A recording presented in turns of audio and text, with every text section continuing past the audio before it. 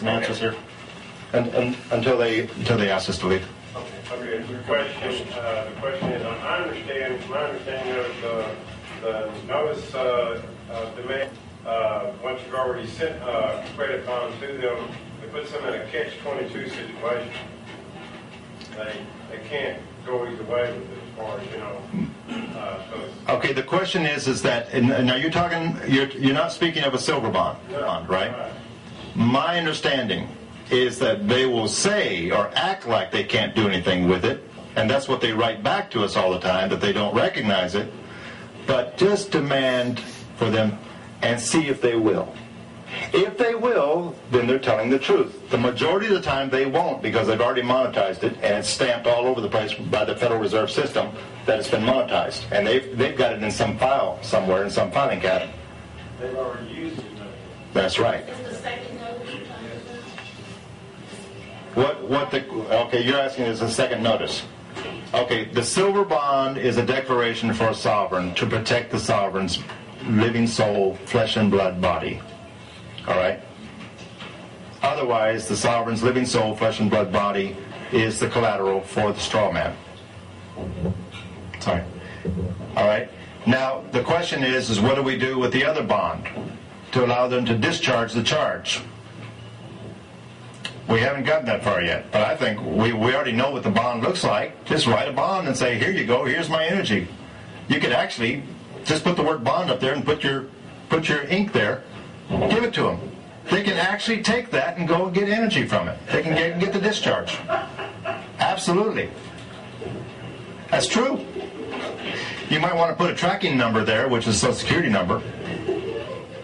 Or registered mail, right? Always registered mail. Registered mail is signifying, in the world of commerce, the sea of commerce, is signifying that they are all foreign to our venue.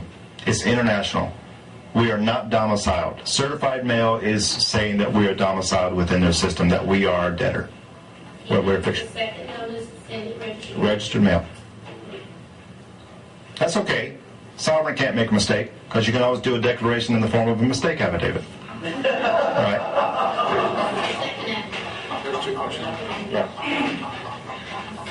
Okay, question over here. Okay, yeah, go ahead. Well, my question was, and you might have answered this now, is how do you create the bond? You say that your answer is There's different examples out there, and yes, Rice McLeod has some very excellent examples.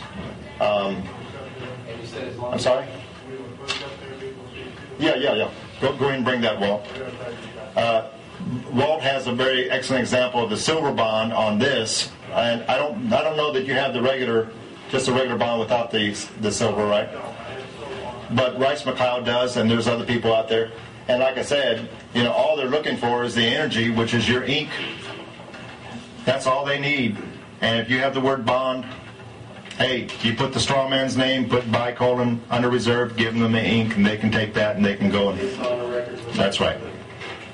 Now, the Rices and some other people, they have wording in it, but they're fictions. They can't read.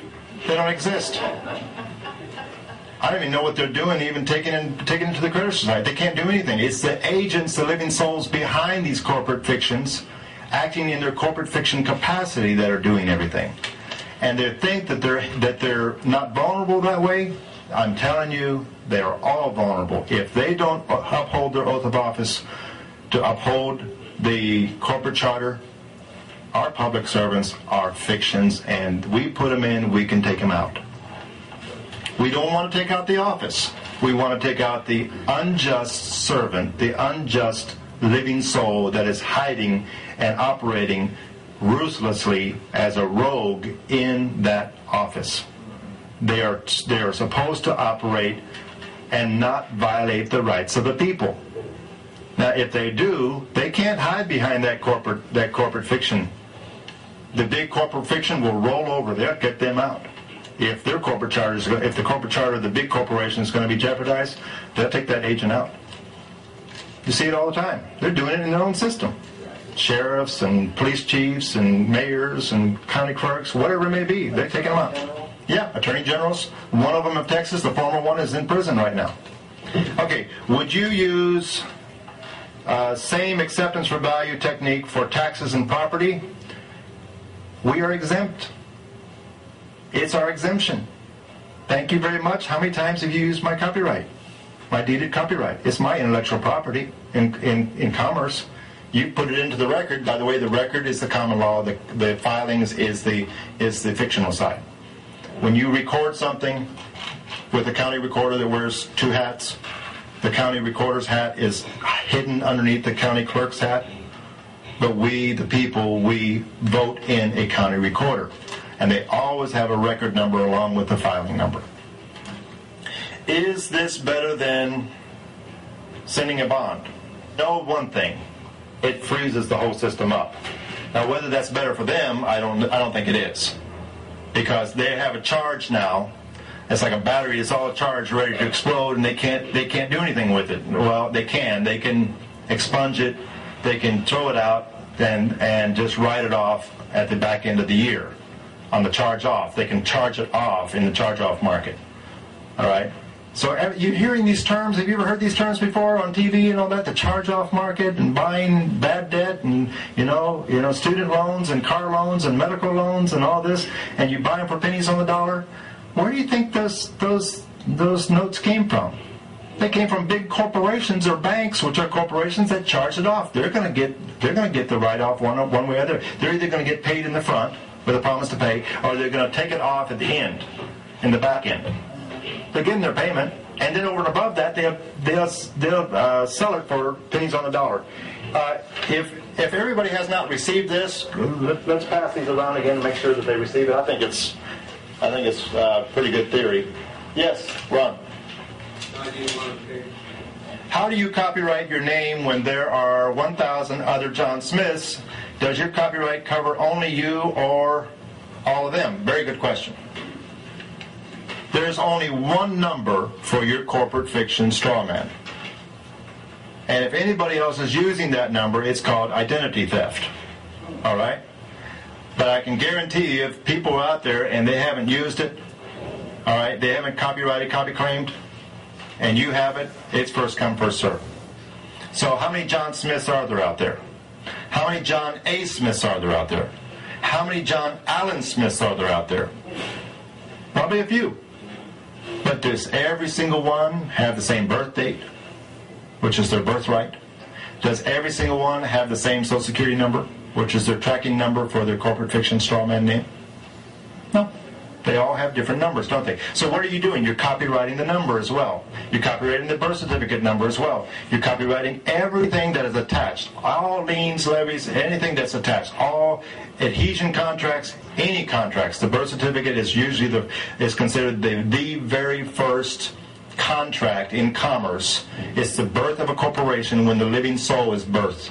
And then after the living soul is birthed, the parents, the mother is the informant. She gives the name. The father gives the name. All right? When they give the name, now they give over, without power of attorney from that baby, is the rightful owner now.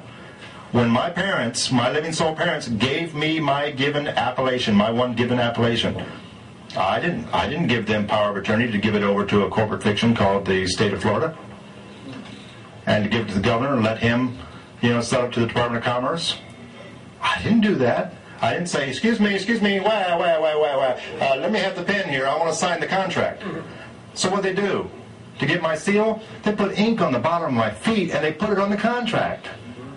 And say, oh, there's the sovereign is okayed it. That's like putting your thumbprint on the bottom corner of it, that was not full disclosure. I didn't understand what was going on, meaning I did not stand under what was going on. That's what they're saying. Do you understand the charges that are brought against you? It's not you. Charges can only be brought against a corporate fiction. What do you answer? I don't understand. What were you saying? I'm not standing under those charges. That's what they're saying to us. Yes? Okay. You can always add, back a few years ago, I wanted to put some more material into my copyright, and I didn't know how to do it. I went to several people and that had been using this, and nobody had been doing this. And I don't know if I was the first one, maybe other people have, I don't know, but I just prayed about it, and the Holy Spirit told me, just put an addendum. reference the original recording number of the original copyright. So if you haven't copy claimed your name, you can do an addendum and you can copy claim that. If you haven't put it as a trademark as well, you can do that. You can add that as an addendum. There's no limit to what you can do. You're sovereign. You're not operating under these fictions. You're not the fiction. So you are not under their jurisdiction. Diction of juris. Juris meaning law or legal. Diction means language. Yes, if I have time. I don't know if I have time. I want to say here that this is Walter Check. See, there he is right there. That's him. Speak, Walter, speak. That's not. That's a picture of Walter Check. It's a fiction. It's not him. It's ink on a piece of paper. And this is his CD, and you can get it from. Go ahead and tell me what the website is. Right now, the sweetspirittexas.org. But right now, the website is being worked on. Okay, sweetspirittexas.org. Okay, how are we doing on time? We're almost out of tape. We're almost out of tape. Real quick question. Well, just not really a question on statement. You can copyright the name of other people. I mean, the other corporation, if they don't have the worry and the feeling of possessions strong enough to record their own name, you can record You're right. somebody else's name. Yes, you're right. And it's being done. It's being done very successfully. Public servants do not have a DBA.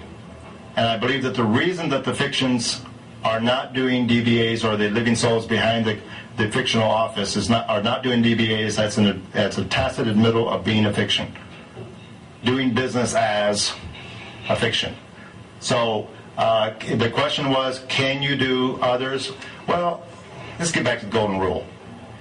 Would you want someone doing that on you? No. All right. So you shouldn't do it on other people. But if you have a public servant that's trying to injure you, and he needs to be taken out of that office, you can do it in connection with the office name as an identifier that this is who you're talking about. You don't copyright the office of the mayor. You copyright such and such a person doing business as mayor such and such a person. Yes, I think we need to go, right? Oh, no, that's going to be on some water or tea or something. No. Okay, are we doing okay on time? Yes, sir. Okay. It's fine. Thank you. So, let me ask you a question. To be continued? Yes. You want it to be continued? We can talk more about this. All right. Okay. And I think next time, you have a question? Go ahead. Yeah, I'm kind of new to all this, but Yeah. just a question, and I don't know if it applies, but say I have my friend that comes here and he's here from Canada, he's here 8 months. Can he operate as a sovereign? Okay, the question is, suppose From here. suppose there's a friend that comes from another country and comes into this country. The question is, can he operate as a sovereign? I believe we are all born sovereign. When we begin to breathe, we are operating as a sovereign. All right? There's no boundaries or borders for us. Correct. What we're doing is we're putting the fictional system on notice that we are their sovereign. Otherwise, they won't believe it. They think we're some corporate fiction just like they are. Yeah. The IACA, which is the parent group which records all of the Uniform Commercial Code documents, the IACA, just punch it up on your Google. What does that stand for, Joe? The IACA, which records all Uniform Commercial Code documents. Something recording Okay. association. In any event, it's an international organization, and it deals with all English-speaking countries: United States, Canada, Great Britain, Australia, the territories, and New Zealand. So all those people are under British contract, common law, codified with the UCC. And you'll find a little lady that runs it up in Canada, where she lives. Well, I had some friends, and I think they called themselves commoners or something in Canada. And I know they drive your cars with no license, no registrations on. And I guess one of our friends got pulled over, and he said to the cop, "You're dismissed, servant." Well, they took him to jail, but they had to let him go. It's all a matter of words, and what we really need to start learning is the language of commerce. Because they know the language of commerce, and the attorneys a turn, they twist the words. And any bar attorney, which is British Accredited Regency attorney, is twisting the English language. And that's why I mentioned a moment ago, do you understand the charges? Well, the charges can only be on a corporate fiction.